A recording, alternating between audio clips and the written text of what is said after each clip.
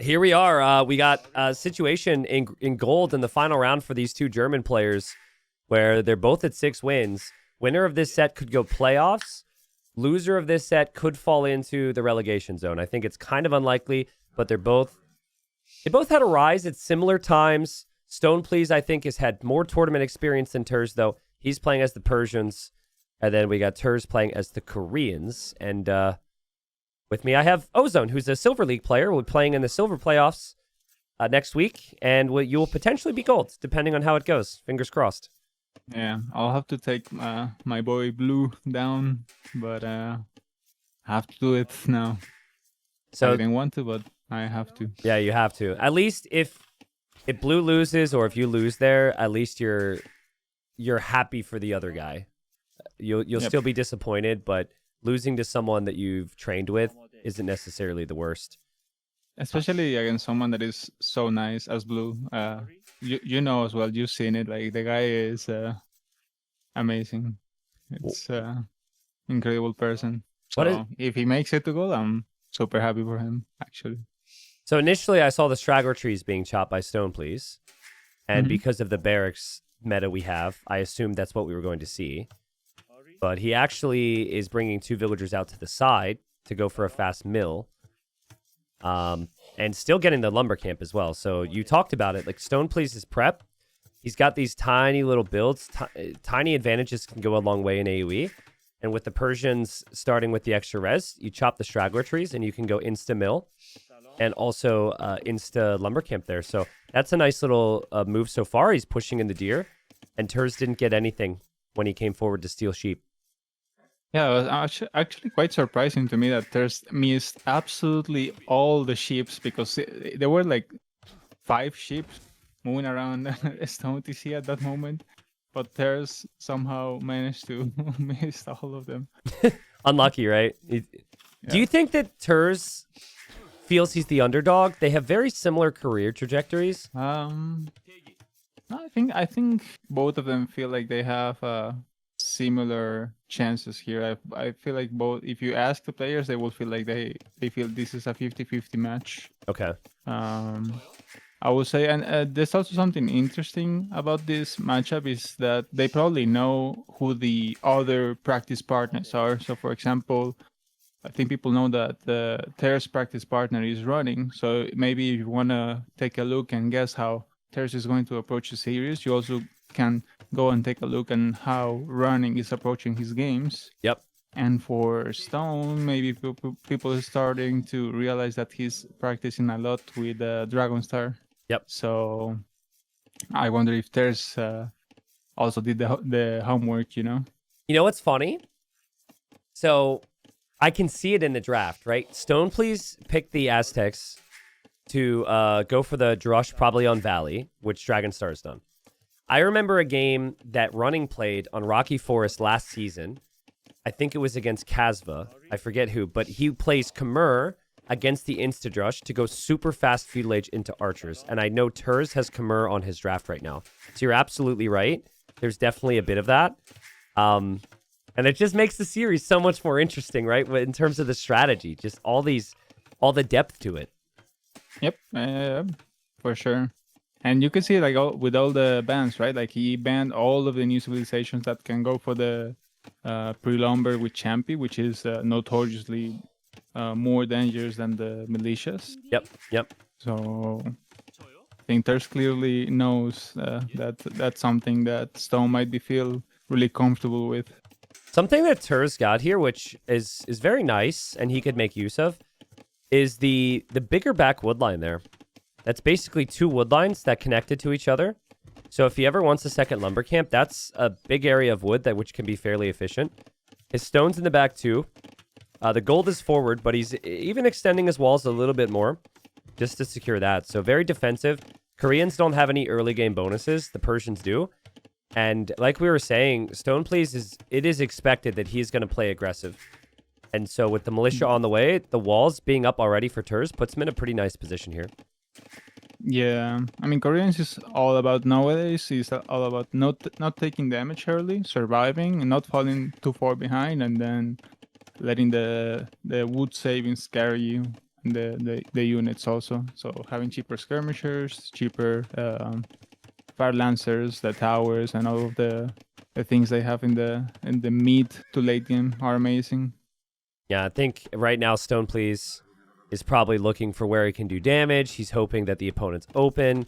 A lot of these slopes games, your base ends up looking like StonePlease's does, which is wide open, but he's not going to find that damage. He does find the hill. He doesn't see the villagers there, so he scouted both sides.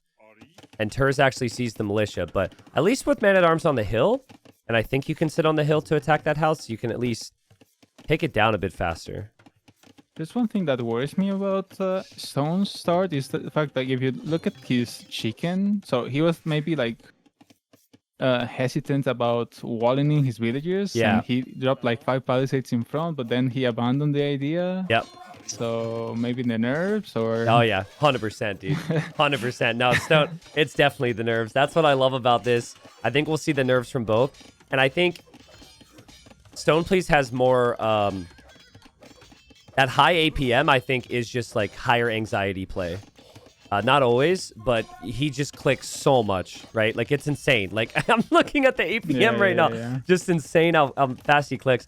And typically, the players who are like that, if they're not the super experienced type, they will miss some eco upgrades here or there. They try and do too much, which is maybe what those palisades were. So it's kind of funny, though. Actually, of the new horse color thing, so the fact that you can now research it later and still get benefit out of it on the farms that are already placed.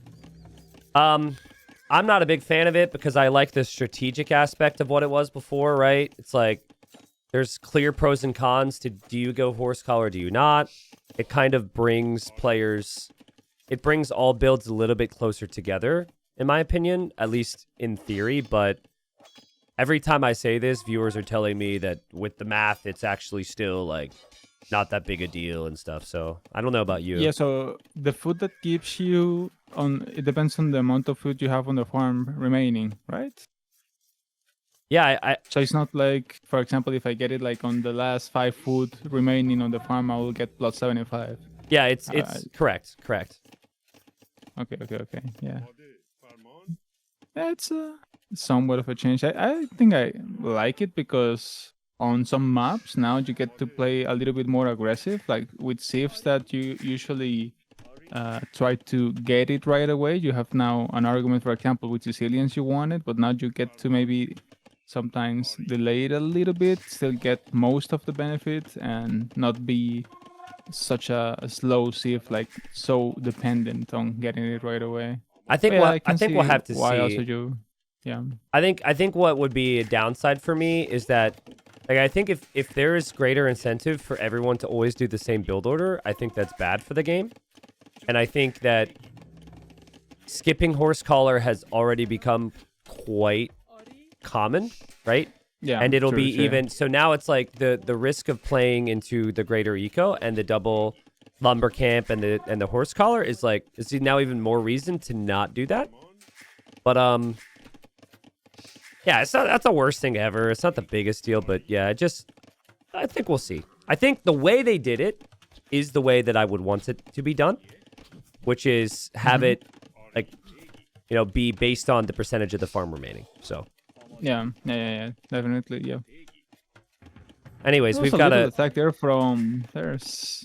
Yeah, I was gonna say distraction. We have some action here, but StonePlease has had to fall back. He's shown some patience here. I think StonePlease maybe even a year ago, he would just be like full on attack and like attacking the houses and like kill. But he has the experience now. Like Terz is too good. This moment's too important to keep banging my army up against walls and allow myself to be counterattacked. So he's playing defensive. He does have some work cut out for him, though, because he's not fully walled just yet, and the skirms are coming through. Yeah, he's got the men-at-arms and some skirms and the heal positioning, so I like it. And look at his resources. Like, he is macroing really nicely towards Castle Age and Terz. The foot count it's not really that high at the moment, and he also went for Fletch in horse collar economy. Oh, Terz walled out his units. It's a little bit awkward there with the heal also. That villager can die if he's not careful. Yeah, I mean, 4 villagers there walling. That is a lot of idle time, actually. yeah, villager goes down. And if you kill 2 villagers here, you're probably feeling okay if you're Terz, but Persians can make that up no problem. But what do you... I wonder how Stone follow this up in Castlage, because what if Terz just played like skirms macro, you know, like skirms, disease. Yeah. And if Stone goes for knights, you can go for the fire lancers and monks. Or if you get siege push, it's so nice with Koreans. Also, you just rely on the on guard towers for the defense. If Stone wants to play CA, Terz is already on skirm, so it's so awkward to play against Koreans in the mid game. How do you approach this now? I wanted to double check. Okay, so I just double clicked the farms for StonePlease when Horsecolor completed, and he got an extra 350 food added to his farms. Oh, interesting. Okay. So Capture Age actually updates it. So I mean, that's a massive change. Like an extra 350 food, that is time where you don't need to reseed your farm, so you can spend your wood on other things. So that's a big change. We'll see how it goes, of course. But no, I agree. I think what'd be living in my mind right now of StonePlease is the Fire Lancers, because they were recently adjusted and nerfed, but Fire Lancers showed, at least in Red Bull settings, that you can spam them pretty easily with the Koreans, and it can be really dangerous. Yeah, I mean, they're expensive, more like 5 more wood, but what's that for Koreans? Yep. 2 more? Yeah, it's nothing. Yeah, this is a matchup where I struggle, actually. I can't play Persians very well against Koreans, because if this ends up going later than, say, Castle Age, I find I run out of options very quickly on what to make. Seems like you will go for a mix of knights and skirms. I actually think that's the best way to approach it, honestly. And stay 1TC. Persians are amazing at playing 1TC. I think you... maybe a workshop too. Not sure. Then he's going for thesis. Yeah, maybe that's a correct approach. He's only on 1 stable, so not that big of a commitment from Stone. He wants to poke a little bit, force reactions while developing his economy at the back. And then fall back? Yeah. I mean, Yeah, he's got the fear factor right now. Terz knows there's an army coming. Terz has to respect that this army can do damage. But I mean, Terz is going full on skirms. Yeah, full skirm. Big skirm numbers. This feels like skirm defense into town centers for Terz. It's enough skirms to defend. Even against 1 or 2 knights, skirms are going to be more than fine, as long as he gets the numbers. But to go for a monastery because he sees the knight, or... it's only +1 knight, no husbandry. I mixed in a couple Fire Lancers. Good micro behind. Honestly, impressive from StonePlease, though, that he got all of these skirmishers off 1 archer range. Like that's pretty much producing skirms the majority of the time he's been in the game. No additional range needed. House could go down here. This could actually become annoying. StonePlease has had some nice micro, and nice micro there from Terz. Drops the market. While being at TTC, but now Terz is also dropping a TC on the food on the south. Yep. That's a pretty nice TC. Also, he can long distance a little bit of stone if needed. Dude, I feel like this is going to be a very long game. Yeah. I mean, maybe he will, but I don't know if I like it for my boy, so hopefully it's not. For Koreans in late game are freaking scary, man. Yeah, it's tough. And if you try and siege push them, they can always drop a tower. So I think Terz is recognized that his civ is better in the later stages, as long as he doesn't lose ground. But maybe he's overextended a little bit. Yeah, there's no upgrades on the Fire Lancers, so I think he can focus fire with the skirms and the couple Fire Lancers. Oh, man, yeah. He's overextended big time.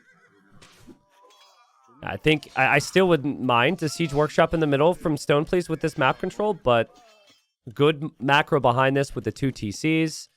Will drop the 3rd town center now. Worth noting that is on the stone side. There's a stone and a gold side. I know his name is StonePlease, so I guess that makes sense, but always important. Yeah, and look, Terz wanted to get the university at the back, but seems like he misclicked the villager and probably...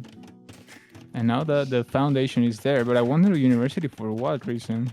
Actually, he might not even want the university now. Now he'll build it, but I guess ballistics. for the skirmishers. Hmm.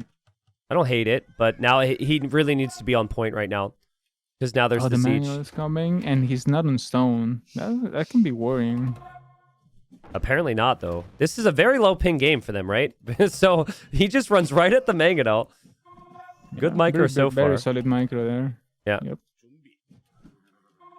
I The feel Persian TCs are so scary. Like already 7 villagers ahead, pretty much.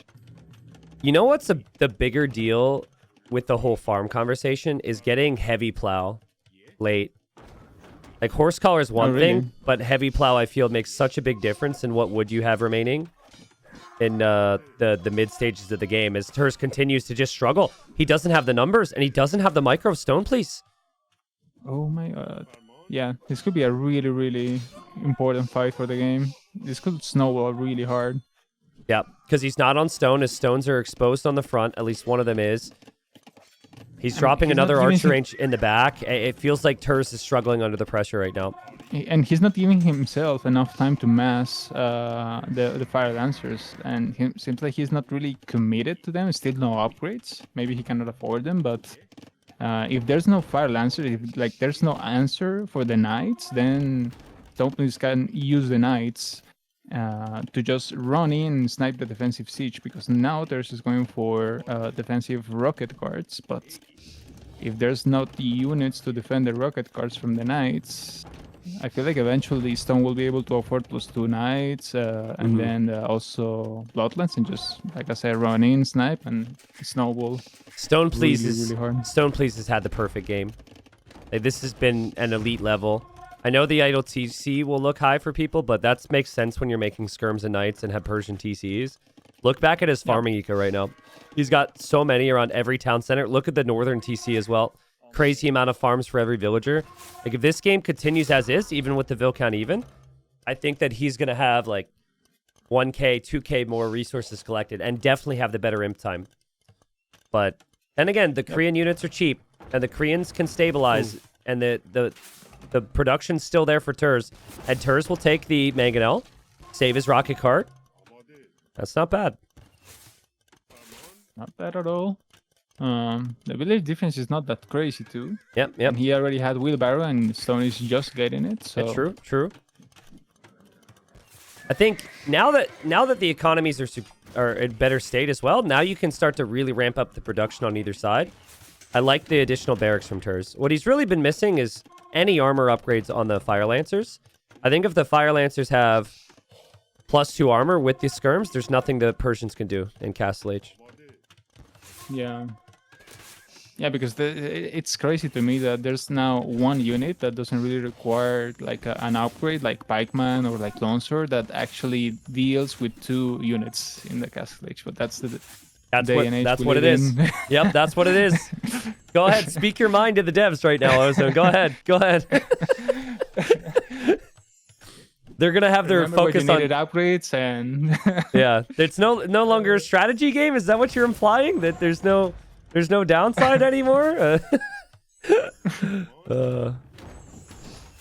I guess like Camel has always been decent and is good against 2 units, but there's still a weakness, and you can't use it in as many situations as the Fire Lancer. Nice trades there. Nice split micro. Such a close game. Both players are playing so solid. Good micro again from Terz. He could have got rocked there. Oh man, that's really, beautiful. Really nice micro. Yeah. And now the tower in the middle that can slowly start that tower creep. Dude, he just has so much confidence in his skirms, and he keeps just running into knights. Like, he's forgetting that knights counter skirms. It was great micro, and then he just overextends again. Questionable fight, yeah. I think he's just so used to Fire Lancer skirm being better that he's rushing the engagements before he actually gets to the state of the game where they are. If he waits there, waits for a couple more Fire Lancers, waits for that armor upgrade, he's fine. Yeah. Yeah, he definitely needed to just go back there and just sit. Yeah, also needs to fix the economy a little bit, of course. Doesn't have near as many farms, but he could start creeping forward with towers. And Korean units are not that costly. Like, the Fire Lancer doesn't cost any food, so you can still spam them and have a really good Imperial Age time. Yeah, he's not spending any food on units at the moment, so I expect him to use the market. Yeah, he's just stopping all production now. Does he have a market? Yeah, Yeah, he does does. have a market, so Yep. he can use that to click up now. It seems like Stone is trying to do the same, but we are entering that stage of the game in which we start just thinking, what can Persians do Yep. against Korean options from here on? Yep. And I don't that's really know what they can do, honestly. I don't think they have great options. No, I was thinking that you would need to take map control in the mid game. I thought that StonePlease would have a massive villager lead in the mid game. It's not really the case. They both are imping. Maybe just one big fight with Savar before the Fire Lancers get upgraded. But that's so tough, right? Because Cavalier takes a long time, and Elite Fire Lancer is one upgrade. And Savar is also super long upgrade. I think it's over 2 minutes, Yep. if I'm not mistaken. So I think Stone can use mobility. You know what's the best play here? You play full light calf. That way you could lose your units when you're raiding, right? So you're just like tossing away units on the sides, control the sides with mobility, and then you use all of your golds for like hand cannon, skirm, bombard cannon mix in the middle. And then when they're distracted, you can make the push. I think that's what you have to do. He's kind of doing that, but I worry about raiding with the knights because that's just too costly and you're going to lose units long term. true. Yeah, and also like the majority of the extra goals is in the are in the middle in this map. Yeah. So and Terz is already towering everything, and that's also one reason of many on why Koreans are so annoying to play against in the late game, in the later stages of the game. That tower creep is so freaking annoying, controlling so much of the map. You know what can be frustrating as a player is we see a castle for StonePlease is StonePlease will feel he's been ahead the whole game, right? He's been setting the pace of this game and he's been playing well. To lose this game to start the series can be really frustrating. It really gets with your... his first pick as well. Exactly. Yep. So upgrades are flying in. He's getting the gold, stone, university text. That castle's a big castle. Terz will go for his own castle right behind. The skirms are positioning themselves to the north, where Terz was actually going to place a town center. That isn't spotted by the outpost, though, for StonePlease. You should really deny that. That gold would be really valuable. I'm surprised to see no chemistry on the way for Stone. Like, what is he thinking for an answer for the Fire Lancers? I was thinking maybe some skirms plus hand cannons at least on the start. Yeah, I wonder if because ballistics was late, he couldn't. And now there it is. Yep. Raids in the south. It's such a big army. I wouldn't hate a if he gets a stone for it, a castle from StonePlease in the south on that TC. It's risky, but just take some control in some different areas would be the goal here. But man, Fire Lancer Skirm against Persian Skirm. Good micro from Terz. Mangonel's no problem. StonePlease starting to struggle against this army comp. It's so strong, man. Yeah, what can you do? It might be the toughest composition for Persians to play against in the game right now. The Skirmisher For Fire so Lancer. for many civilizations, like you also see that from Vietnamese, like with Imperial Skirmishers is extra hard to play against. And these civilizations also have access to bombard cannons. Like it's so strong of a composition. Terz needs to get Ypsiong. These towers are up, and he needs to have the additional range. StonePlease was waiting with his trebs. He'll try and use the trebs. They're actually kind of blocked off by the wood line and the other trebs right now. The pathing will be really awkward. Oh, yeah. Terz is just fighting with inferior skirms right now. Or, sorry, not Terz. StonePlease. It feels like that's all he can do, and he'll try the bombard cannons, but that's where the tower range should be able to shut that down. Beautiful job from Terz, also raiding with the converted knights. Yep. On the left side of the map. This forced a bunch of house quick walls from Stone, who's trying to find extra gold. Yep, bombard cannon hops out as well, snipes the first trebuchet. This is what instant chemistry does, and I think StonePlease is starting to run out of ideas right now on how to break this. And Terz has been patient the entire way through. 2 trebs down, this castle's still being repaired. Elite Fire Lancer is in as well. Yeah, this is what I don't know. I was not sure if I liked the second TC when I saw it, and maybe I was floating with the idea of a workshop when he got like this little initiative early Castle Age.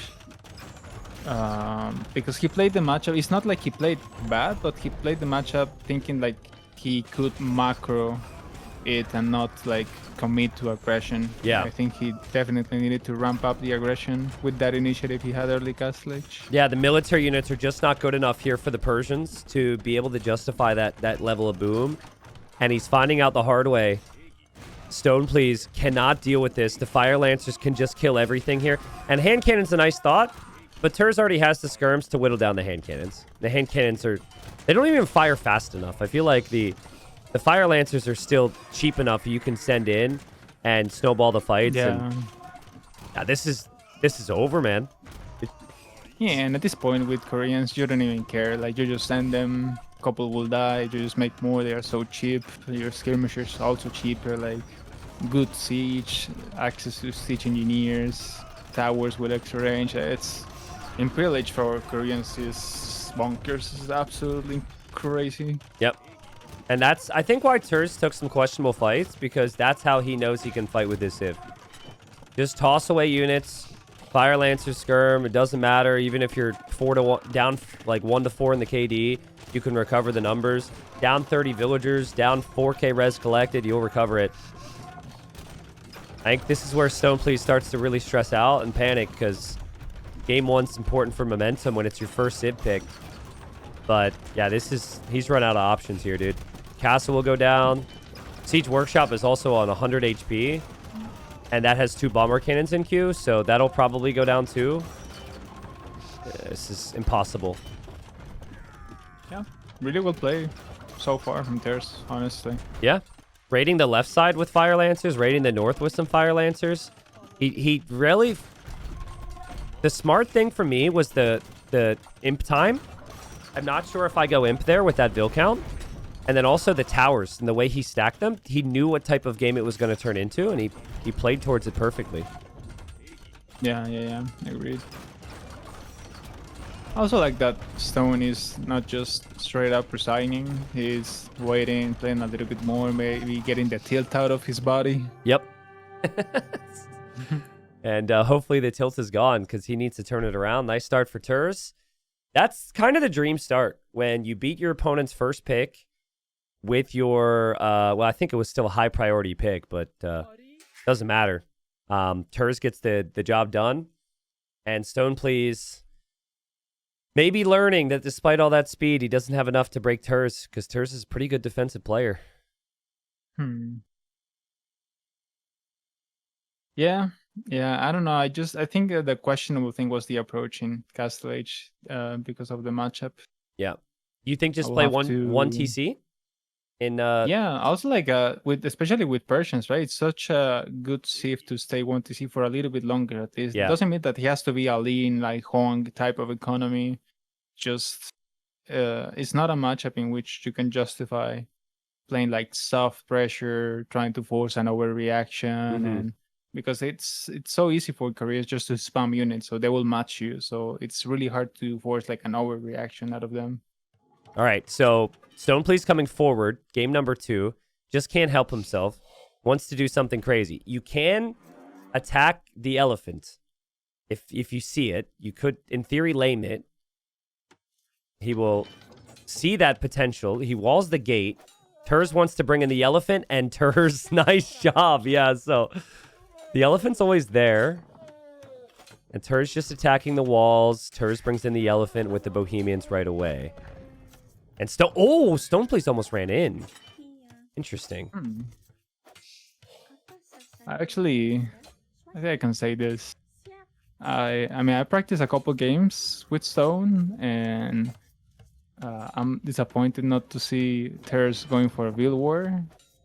I wanted to see a Build War and how it went, because every time I went for a Build War against Stone, he stumped me. His villager micro is insane, man. Okay. So, yeah, I mean, that's a response to this. If someone gets the forward wall down, you might just want to fight it back. I like this is a clear difference between the two players again, right? Like Terz is chill. He's like, let me just get my boar and let you do your thing. And then StonePlease is kind of like doing something extreme. It was the same as well in Dark Age in the previous game. He did the nerdy little build where he took the little bit of wood from the tree and went for the super fast mill and did all these timing oriented things.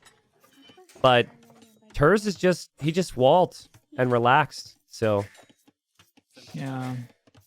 What do you think of the matchup in general? Like, I guess if it gets like late, you fear always Bohemian's late game with the Hruvnitsa, but the Malay timings might be perfect to break Bohemians because it's not like the fastest pace civilization. Like, hey, the Broom is not bad with Fervor, benefiting the villagers as well, but I mean, Malay timings are so deadly, right? And here on this map, if you get the forward wall, like Stone did, then you have like 3 avenues to be able to hit your opponent, like either on the middle or on the sides. Yeah, I think Bohemians need to play strong military early or mid Castle Age here. You can't just depend on getting chemistry early and having that make the difference in this matchup, because Malay's faster Imperial Age with the Bombard Cannon War can just match it anyways. Malay have the guaranteed villager lead when they advance faster, teach H2. So, like, I'm okay with passive play at the start here. What I would like to see from Terz is one of two things. Maybe you go fast castle into a second TC and then chemistry and then, like, hand cannons and mangonels. Or you play full-on 1 TC, monk mangonels, and just pressured the middle super hard early castle. That's kind of how I see it. Yeah, I actually completely agree with you, especially with the fact that Bohemians cannot give up map control in the mid stage of the game, because that will allow Stone with the Malay to just get like a forward position on one of the sides and just start pushing really hard with the timings. Also important to note, Stone stole 2 ships, 2 goats. They are now making their way back on the left.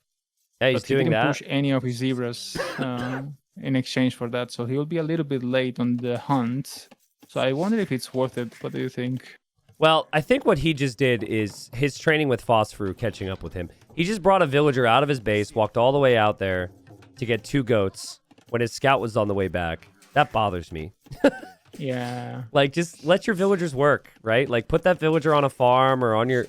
Like, don't have your villagers walk out there for 2 goats. You already stole 2. Bring your scout home. Collect the goats. Just chill, bro. Just chill. I think that's what he brings to the table. He doesn't have chill. But Terz clearly just... At least game 1 game plan was like, just play your game. Play your game. Play chill.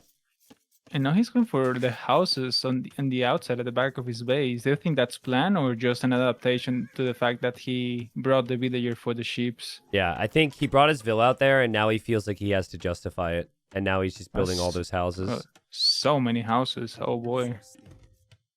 Yeah, and I also wanted to ask if you think Malay should always go for like the fast feudal boom, or should they FC and get the TCs faster? What do you think is better?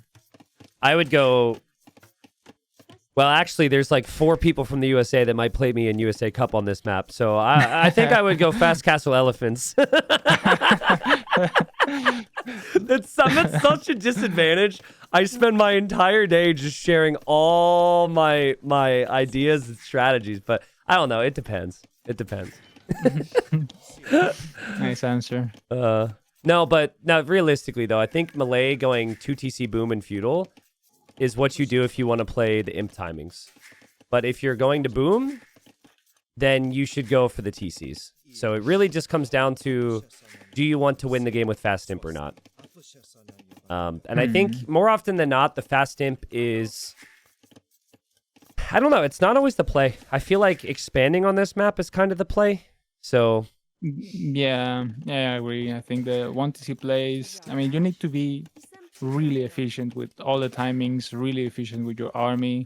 I feel like you need to be like top tier player. Like, for example, Hera. I remember seeing Hera on this map on previous tournaments doing fast imp with Turks work. Yes. Yeah. But that's because she's Hera, you know, like so freaking good. But I think and didn't see any other player. I think maybe Hart, but Hera's practice partner, so it doesn't surprise me, right? Well, also Mihai actually But did it in against Vivi. It was oh, okay. he did it in this tournament. It was Turks against Italians. Vivi went tower and archers. But what was interesting was Mihai went fast feudal with Turks. He went like 21, 22 vills for eco upgrades, expecting the towers and the archers, and he just quickly got loom and kept stonewalling behind. So by the time that Vivi got through, it was already a pretty nice fast stint behind. And the bombard cannons and hand cannons basically won the game. Okay. But yeah, because on this map I've seen it so many times. Like you get pushed, and then you have so much space to expand to, right? And then you have the hunt areas on the sides with gold, with stone. So it feels like you always have some space and time to expand your economy and maybe stabilize. But maybe Turks is the exception to the rule, just because the free chemistry is so strong. Yeah.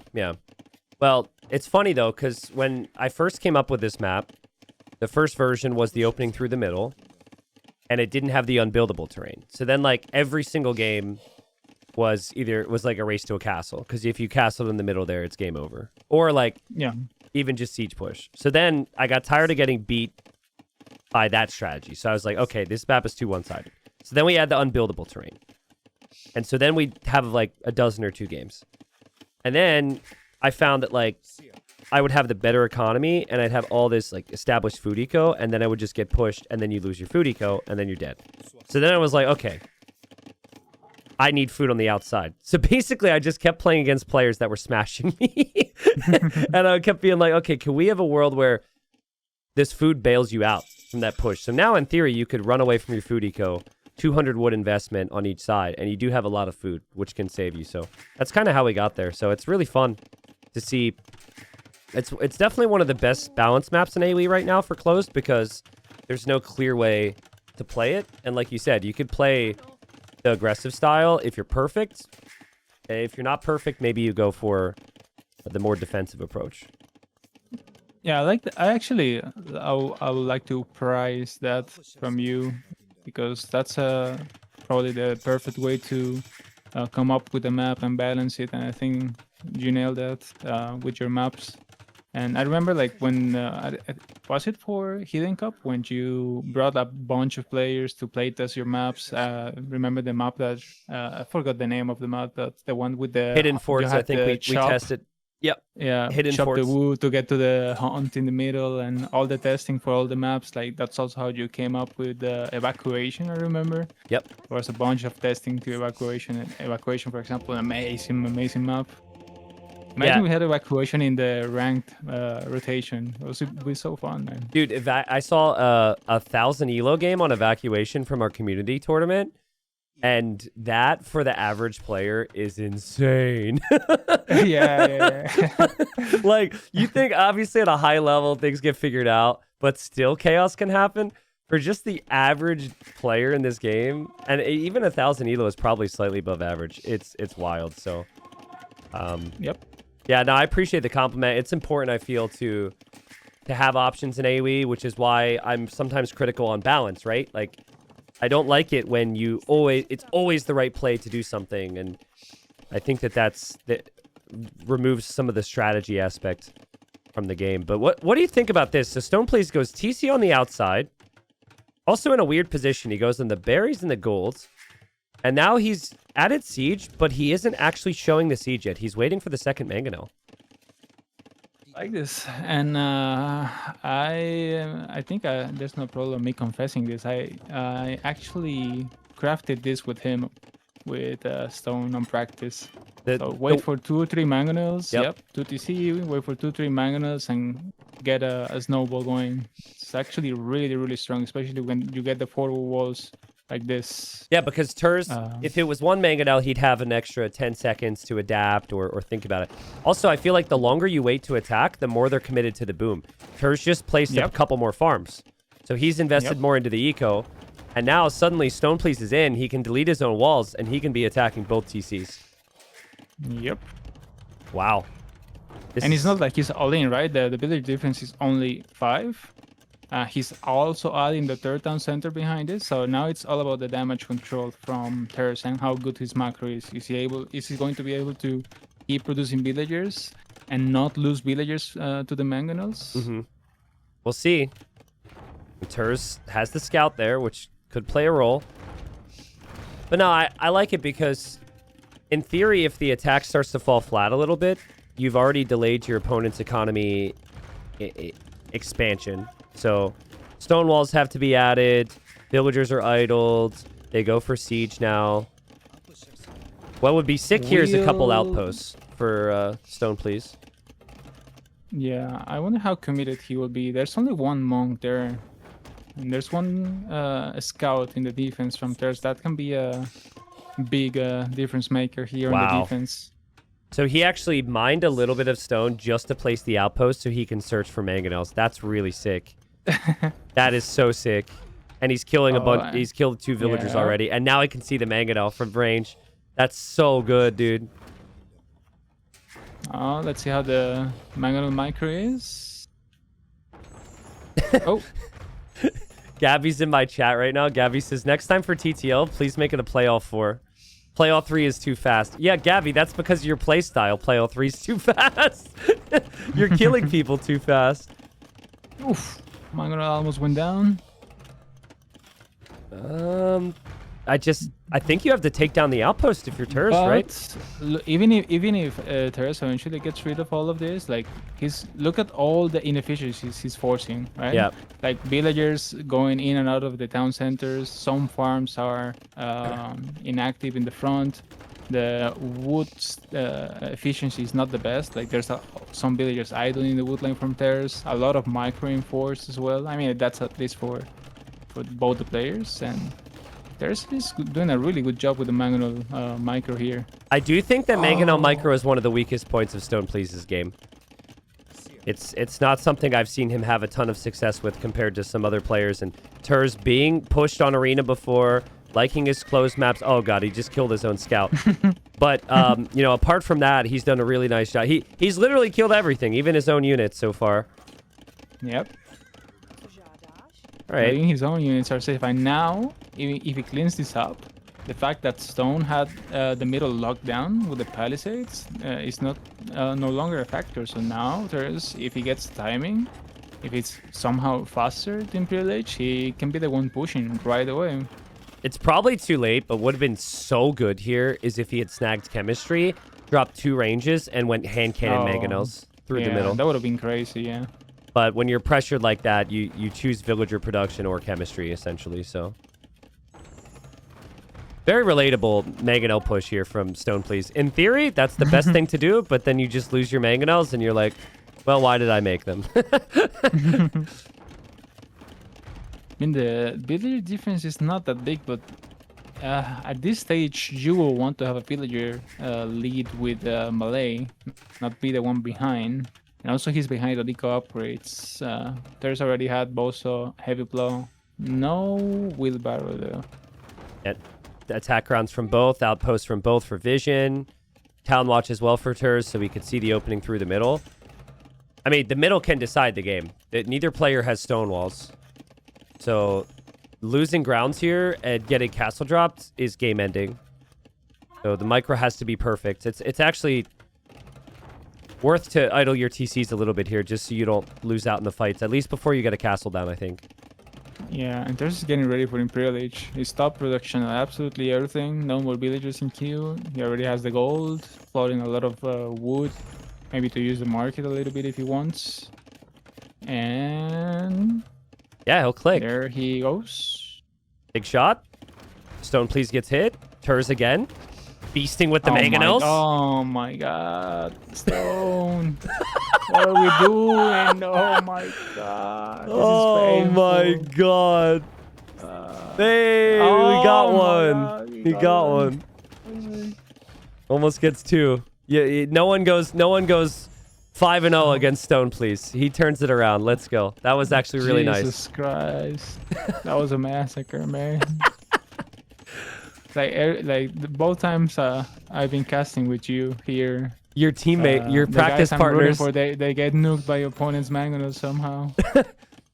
Worth remembering that StonePlease does have the outside golds. He's moved out there. He also will have 4 of the 5 relics. All very good. And while he hasn't clicked up to Imp yet, he still has the forward position. He sees his opponent's archery range and is idling that. And he can click up to Imp no time in melee and still probably beat the timing. So it's not too bad. Yeah.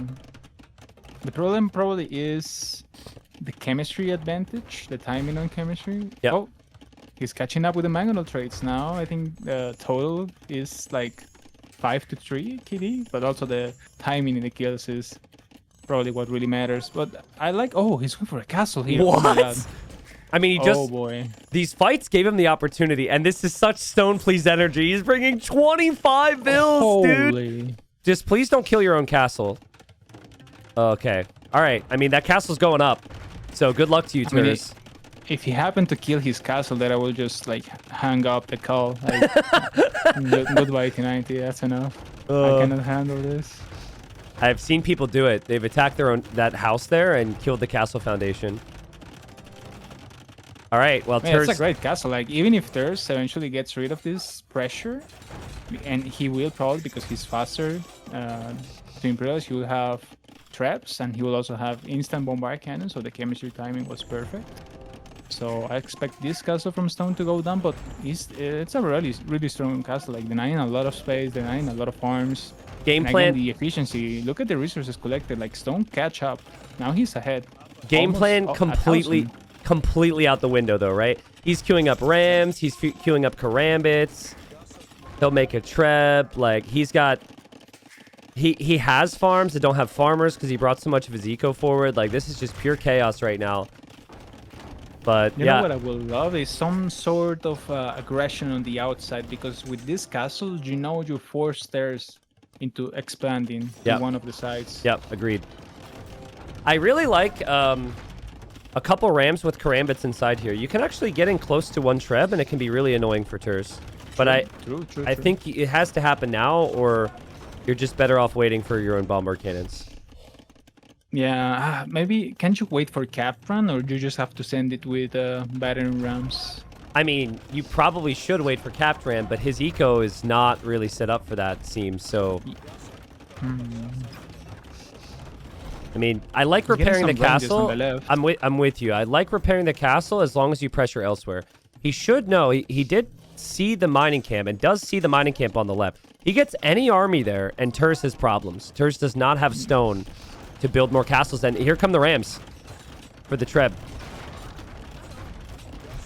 Yeah, at least he's forcing the bombards back. Yeah. For a little bit, but is that enough? Not sure. Oh, dude. That is a lot of siege power, and once that castle goes down, the traps will go down, and he doesn't have any protection to protect his farms and his economy behind this. He will make bombard cannons at home from 2 siege workshops. Both players have to buy stone for the repairs. The bombard cannons for Terz are still focused on the Ram, but the Ram goes down very quickly. StonePlease will definitely lose his castle. Will Terz lose his castle? I don't know. Knows what's up in the outside. He sees the ranges and he's taking it to a lit skirm. Yep. He's missing upgrades and he doesn't have a lot of food in the bank. But yeah, the castle goes down. Patience from Terz. Patience from Terz. Castle should stay up. The bombard cannon micro now. Terz. I mean, he lost his town center there. Still has decent enough economy. Still securing the stone and gold on the outside. Ooh, but siege engineers for stone, I love it. And now the question is Terz micro with the bombards as good as his mangonels? Yeah. Or now he's going to flip and now stone have the better bombard micro? There is going to be a difference, though, because there is literally no defense for the bombard cannons beyond bombard cannons in the middle, because his army production's on the outside. And there will be a little bit of military for Terz. I mean, one converted Karambit, I guess. And And now okay. push on the outside. A push on the outside. Castle from Terz to lock that down. Dude, now this is... 4 bombards also in the middle. 5 bombards. Welcome to Gold League, everybody. This is a sick game.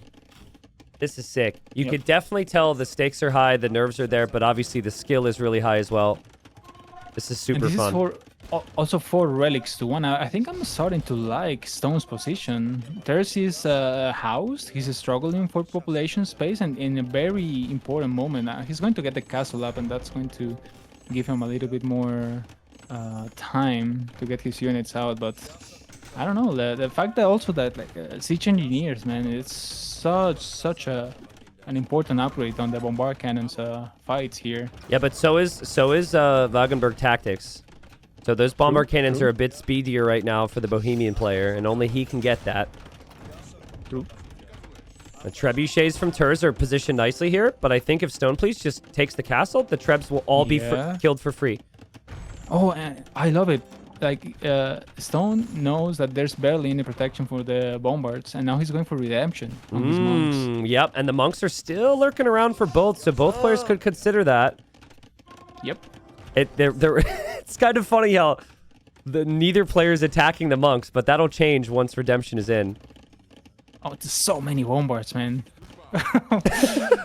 Holy. Meanwhile, he's Trebs on the left with skirmishers too, with better upgrades. Yeah, I think StonePlease is doing this right now. This is only fletching skirmishers in the defense from Terz. Yeah. Yeah, it could be soon. No. Soon it could be 0 castles for Terz because the monks will advance forward from StonePlease, and now they protect the bombard cannons, and the castle on the outside is going to go down. Disaster for Terz. Now, what do you do at the back from StonePlease economy? Did you try to get a switch into another unit, like maybe elephants cross your mind, or did you stick to siege and range units? I think I would try and add eco and switch units. I actually think you should just not and just full send with whatever you have. If you push any further, it could be game ending. Oh, look at the population from Terz. Yeah, it's really bad for Terz right now. He's incredibly housed. He cannot get any units in like 2 years. Oh my god, no, he's dead. He's dead? I think so. I think StonePlease will tie it up. Which might mean... It looked so good in the defense, like it ramped up in the aggression. Like it went from 0 to 100 so fast. Yeah. Like I think we were praising Terz on the defense with the mangonels, and all of a sudden, like Stone ramped up the aggression with that castle and the late mangonel trades, and you know what I think it was? happen. Terz, even though he defended on the outside, he had to put focus into the outside. And so he could no longer focus on the middle in the same way.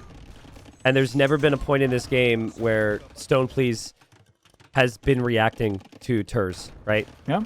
So I think while the outside attack might not have seemed like the difference because Terz initially defended, that's definitely what it was. Big focus out there, and ever since, he's had some issues. Yeah, I would say maybe archer ranges in the middle for StonePlease makes sense. You can actually defend your cannons. It looks kind of ridiculous. Yeah, he needs some sort of support, like... Yeah. But it might not matter as well, because he's going to the north now.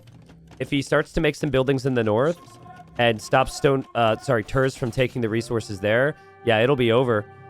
And StonePlease with the chaos. Honestly, dude, the Mangonel push at the time that he added it set up everything else. The outside attacks, the middle bombard cannon rush, and that early siege engineers as well from StonePlease. Yeah. Well played. And taking in consideration how bad the trades were, like I'll have to go into a micro scenario with my boy and practice the mangonel micro, but it was like as bad as it could get, and still the setup was really good. Yeah. I don't wanna roast my boy, but that was bad. But I would say, because as one with really bad micro, I would say that that's a sign that the positioning and the strategy is good, right? Because I would argue the Mangonel push was never going to end the game. It was always the setup for everything else, and it gave him time to get the relics, and then it eventually led to the outside attack, which led to taking the middle with the bomber cannon. So if you want that on a map that's designed for it, the attack on the side sets up the middle, and the middle sets up the side. It worked out. And yeah, we'll double check now. I think this should mean they're both much safer in terms of survival. But I think the winner of the next game might go playoffs now. Yeah. It's 44% odds for Terz to get third, which is playoffs. StonePlease 50-50 on if he goes third or second. So yeah, this next win is really valuable for both of them. Also, if Stone wins this, he gets second. If Stone wins this, he's guaranteed playoffs. Second or third. It's not determined which yet. And it depends on who else's result. I mean, technically Daniel's result. Okay. Daniel and Casva. That's the only result. So. Okay. And then if Terz wins this, Terz is also guaranteed playoffs. And StonePlease is straight up not in playoffs. Anyways, we got to focus back up here. Score is 1-1. Winner goes playoffs. Loser is likely safe. They're pretty far into this. And this could be very lame heavy. We have StonePlease stealing the boar from Terz. And I'm wondering, does Terz even know about it? Because Terz went forward to lame. He didn't know where the boar was. And the boar is on the way home already. Nice. Yep, and this is all practice. And this is all because of the eagle. And I think if you think about it on these maps and on Bali right now, it's pretty similar concept to Arabia with chickens. If you get denied from any extra food, if you get denied from the deer or one of your boars or some sheep, and then you cannot push deer to compensate, the start is so rough. And then the follow-up with the militias, which will most likely come, can hit you so hard and can be so hard to defend. Even with a civilization with Khmer, you will struggle for food, I guarantee you. Yeah, so there's a couple things at play here. So first off, both players tried to lame the other, and when you do that, you take a risk. Risk obviously pays off here for StonePlease. Terz doesn't have the scouting on any of the deer we put in the middle. So for recovering from lames, or just for anyone who wants to be greedy, we do have some pushable hunt in the middle. But he missed the one on the left. I think he's just spotted the one towards the middle there, so he can get that. Back to what we said earlier in the cast, though. Terz, if he's training with his teammate running probably suggested and has done this in the past. You go Khmer against the early drush, and then you just go super fast to archer push. The difference, though, is that on this map, it's not like you go man-at-arms and it's a waste of food and you don't have the recovery of food income behind it. If you go for this build, you have endless food. So man-at-arms and skirms is viable. Yeah, and also with Aztecs, that's why also Aztecs is so nice for this strategy here. With the faster production, it feels like you stabilize a little bit faster, which is actually, even if it's a couple seconds faster because of the faster production, it's like, it's so good. Like it helps so much because this is all about timing. When you get pushed off fast with really fast archer builds, you also want to get on skirmishers as fast as possible. So for example, if Stone has a lot of villagers in the middle collecting food, free food, he doesn't have to retreat with all of his villagers because of a couple archers, you know? Yeah. I gotta say, though, it hurts to be Terz right now because you probably knew the drush was coming. You didn't end up pushing in multiple deer. You just got one. You're dropping off the food just praying to see 450 or 480 food or something anywhere close to 500, and it's not there. I think you need to idle. Just stop producing bills. It feels so good to see the practice pay off as well. Like this is all really well prepared from Stone. And I'm a fanboy here and biased, but this is I can say it because I practiced this with him, and it's all about denying the food. It's all about making the early game really awkward for your opponent. And behind this, you'll have an amazing economy with the free food in the middle. Also, talk about the practice. Look at that militia on the left side. He's searching because people will sneak, I'm sure, to place a mill, to have some food out of the way. And he does not want that to be a possibility. So he's just going to verify that there's no mill there. And yeah, that is an option for Terz. Probably a little too late, but smart. Yeah. Do you think that sometimes too much practice can hurt you, though? Because, like, right now, that militia should be attacking, and it's just wandering around the map. I don't know if I should choose. I think it doesn't matter. I played this exact matchup with Stone. So we played a lot of Bali with I using Khmer. So I was trying to Omega counter Stone in practice, and I sneaked couple times to the sides. So it's and took okay. All right. and we just decided that it was better for him to just make sure that he denies the food, because the strategy is all about that, right?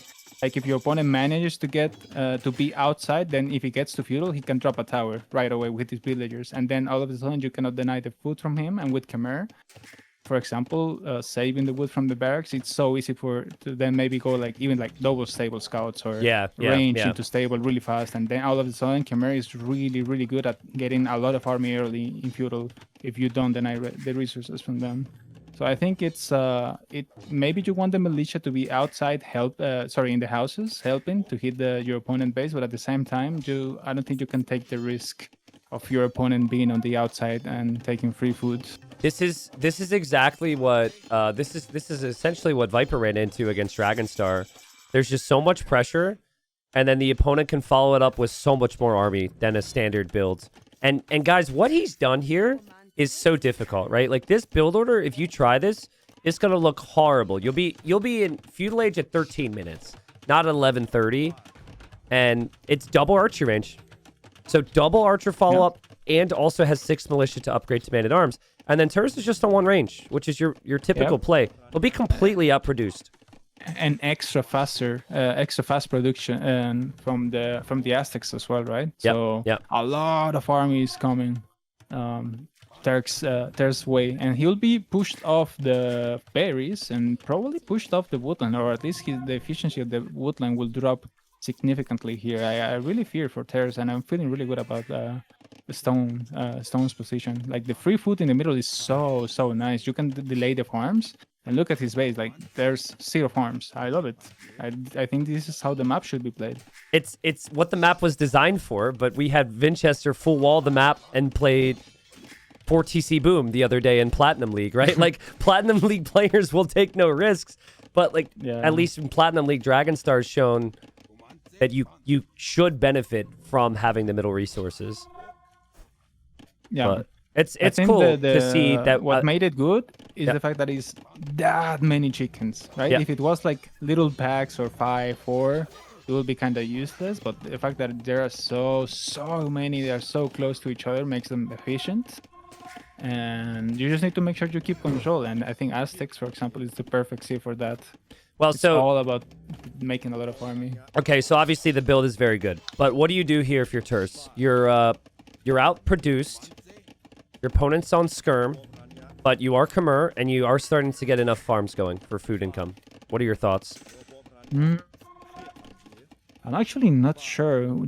Is it better to just play greedy? Maybe try to secure the wall? I think that's the better approach. Just try to rush the walls, not that you know that your opponent army is in the middle. Yep. And try to get a really solid castle each time. Because I think if you try to match the army, that's what Stone wants. Yeah. Stone is like, yeah, come at me. Like, I have all the free food in the world in the middle.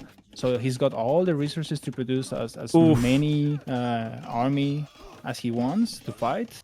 Oh, he loses all the archers. Oh, that is so bad. Well, I think what Terz wanted, which was maybe my idea, was you got to counterattack, but you can't go through the middle. You have to go real sneaky, and you have to hit their base, because the main base is completely exposed. But he got caught. And now, like, here's the problem if you don't make army. Your archer ranges are just going to go down. Your houses are just going to go down to the man-at-arms. So he's kind of forced into army. Seems like a counterattack is coming now on the left, but maybe a little bit too late. And it's only 2 archers.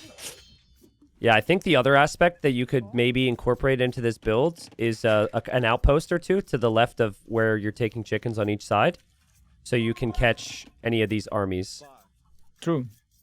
Similar to, I remember that Red Bull game, I actually love to bring this up. And when I saw that play happening in Red Bull for the decider, like I lost my mind. I was like Kriegasm. Actually, like when I saw Sebastian against Viper. Oh, the outpost. The outpost on the water. Oh man. Yeah. I can tell good, this is why we're such good friends, because there's not many people that have appreciation for outposts like we do, dude. I love it. Yeah. But again, it's like such a small detail, but it's so good, man. That's what AoE 2 is. It's little details, and it all just builds up to one finished product, right? But look at what this... it's like that chef kiss. Look at what this counterattack has done. Like, this counterattack has pulled 8 skirmishers back, bunch of houses, bunch of quick walls. So that's good, and it's given him some time to mass some scouts behind. He hasn't taken Vil losses this game, and he's Khmer with a lot of farms. So I think if Terz can maybe keep that up, keep StonePlease paranoid, StonePlease does still have villagers exposed in the middle. And StonePlease is retreating some of his villagers from the middle. And you know what? One worry that I have is Terz is kind of switching into scouts at the back. He's massing them on that stable. Yeah.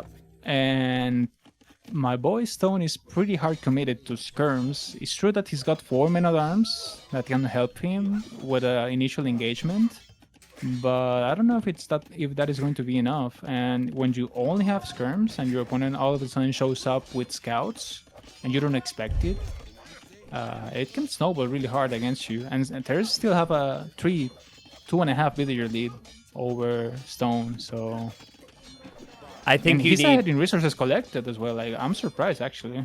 If you engage, you have to have upgrades. You can't be engaging with scouts without forging here or armor. I would personally like to see forging just because you could snipe the villagers so much faster. But yeah, I mean, credit to Terz. I think we could see why the build works for StonePlease. But at the end of the day, he's just been knocking on the outside of his opponent's base. He hasn't taken down any critical buildings. He'll click up the Castle H, but dude, he could get boxed in there. He could lose 20 units. I think he will. That's a lot of scouts. 6 scouts with forging. Oh boy. Oh dude, the panic for StonePlease will begin.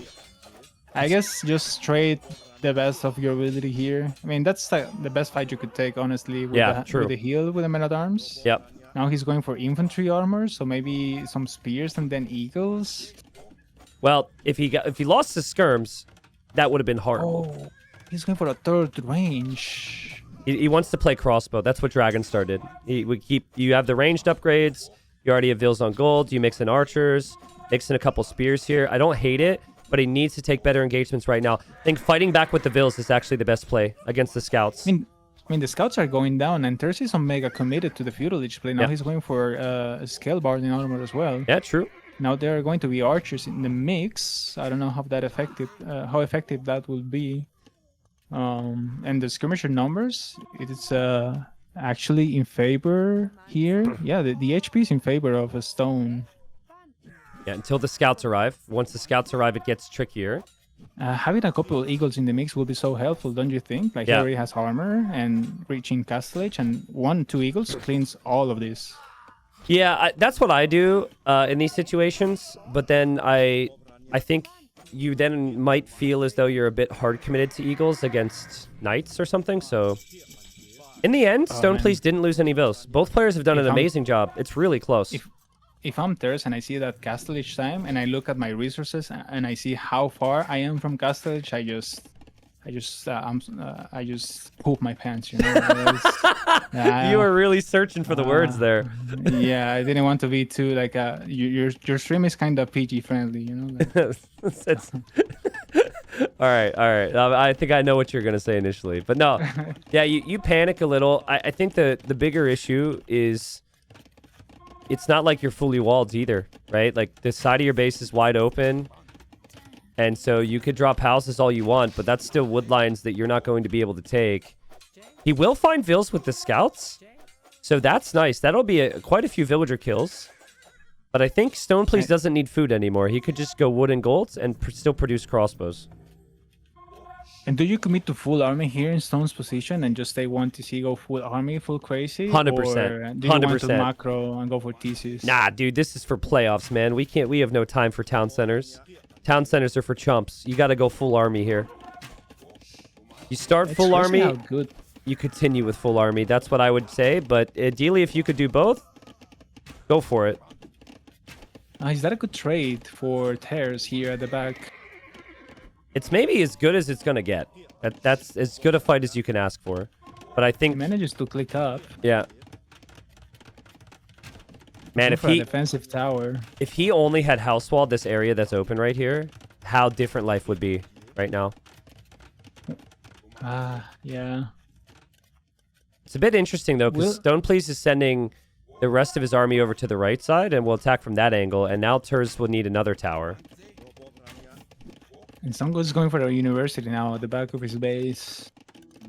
Smart. So he really wants to start forcing the fights. Yep.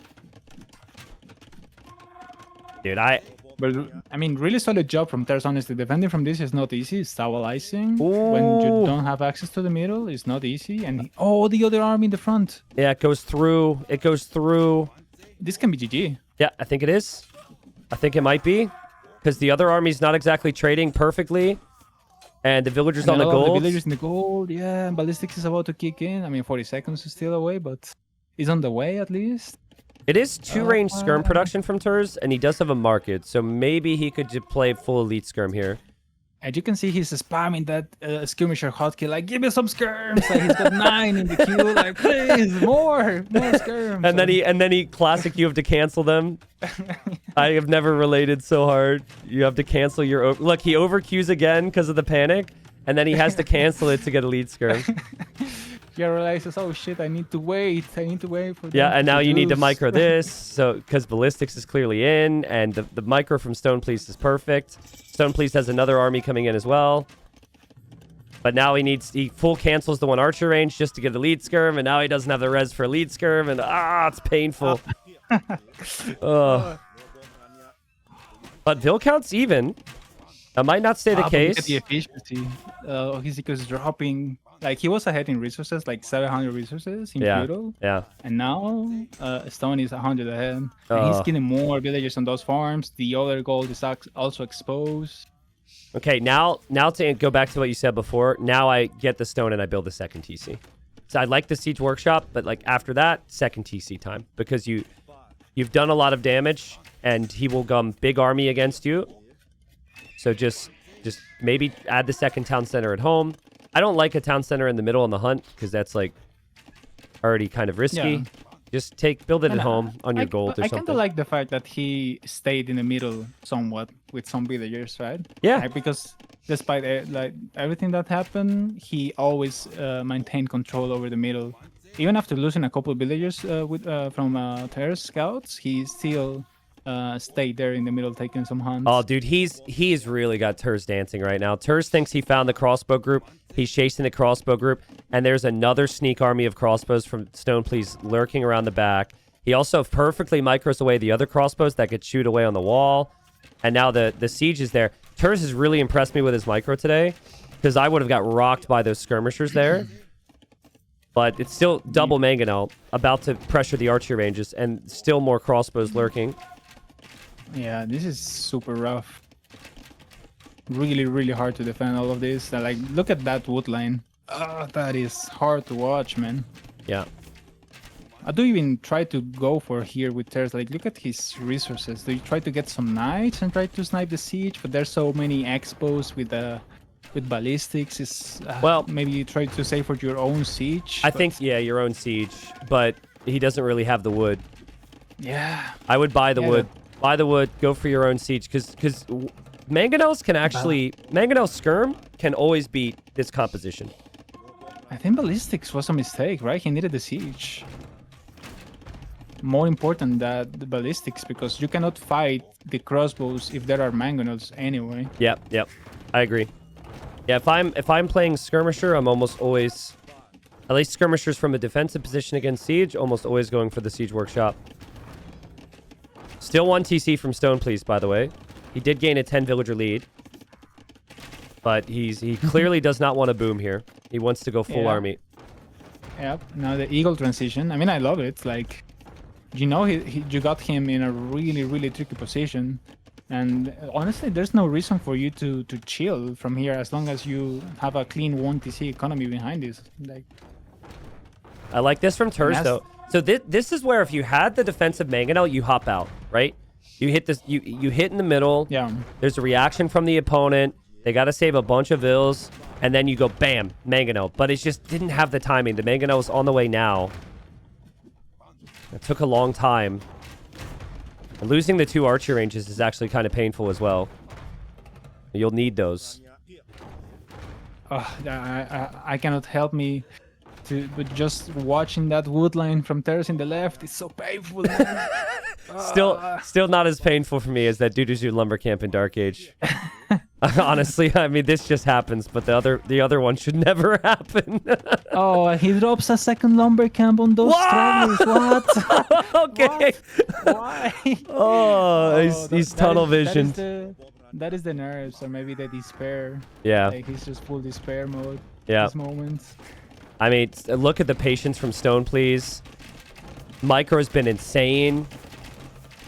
He's certainly shown us in this game he is just as good at Mangonel Micro.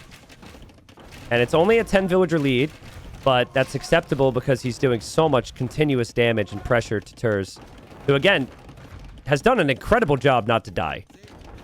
Yeah, but now the Igelos, they show up Yep. and they start hovering around. Yep, and he reacts to them, loses his Mangonel, so now the TC could be in trouble. I just realized that Terz got +2 on his knights, though. How did he do that?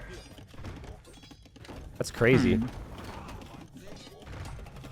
Get the Mangonel, Terz. No, Stone Please Micro's back and saves that as well. This might be it. Yeah, I think so. And it is Stone Please to the playoffs. Damn, what a performance, man. Oh, non-biased caster. Let's go, Stone. Yeah, The practice paid off. I mean, if you had to guess, we could always ask Stone Please at some point. But if you had to guess how many times Stone Please has played Aztecs on this map, what would be your number? Only Aztecs, probably 10 times. Only Aztecs 10 times. Okay. And then with all civs, how many times do you think he's played this? Bali, probably around 30 times at least. And that's insane, right? Yeah. That's insane. Like we have, and that's only like playing like I said at the beginning, you guys don't imagine to the extent Stone prepares. Like he's a guy that likes to get the things down to perfection, the timing. So he, for example, when luring boars or things to the TC, he writes down the exact food amount that he's got to have left under the TC for him to know when to send a villager out to get the next board or something like that. Like, he likes to get things down to perfection, to the right moment. It's crazy. Like it's so crazy. well, So I'm really happy for him. Well, I mean, job's not finished for him, obviously. We'll double check the stats. But that should mean not only is he at minimum back in gold next season, but he's got a chance to get to Platinum League via the playoffs. I think for Terz, it was a good series. In the end, I think maybe Stone Please's prep and multitasking, at least the last two games, ended up making the difference. But yeah, Stone Please will be either second or third in the group, which means playoffs, dependent on what happens with Kasva. If Kasva gets 2 wins against Daniel, Kasva will go second place. If Kasva gets 3 wins against Daniel, he actually steals first place and puts Classic Pro into the playoffs, which is kind of fun. And yeah, again, for Terz, the only way Terz gets relegated out of Gold League would be if Daniel wins 3-0 over Kasva, which honestly could happen, depending on the version of Daniel. It can happen. Yeah. I think it can happen because Daniel, like as we pointed it out, he's an amazing player. Yeah.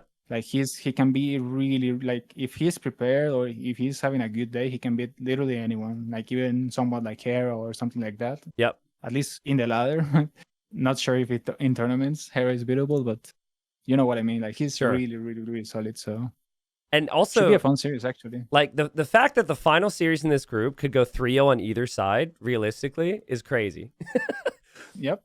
Because it also affects. Kaspa is a fun player, like a weird player. Like you cannot really expect something from him. Like he can go super safe or he can go omega crazy. He's a player of extremes, Kaspa. So anything can happen, literally. All right. I mean, so first place is not set. Second and third place is not set. Fourth and fifth place is not set. Going into the final series of the group. That's what TTL is all about. I love that. Also, I think if Daniel, should point out, it's not even about survival for Daniel.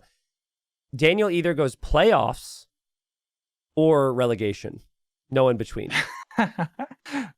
So like, imagine if Crazy. Daniel can save himself, right? He goes playoffs and then he wins the best of 7 and is in platinum. He goes from relegation zone, potentially silver, to platinum in like a week.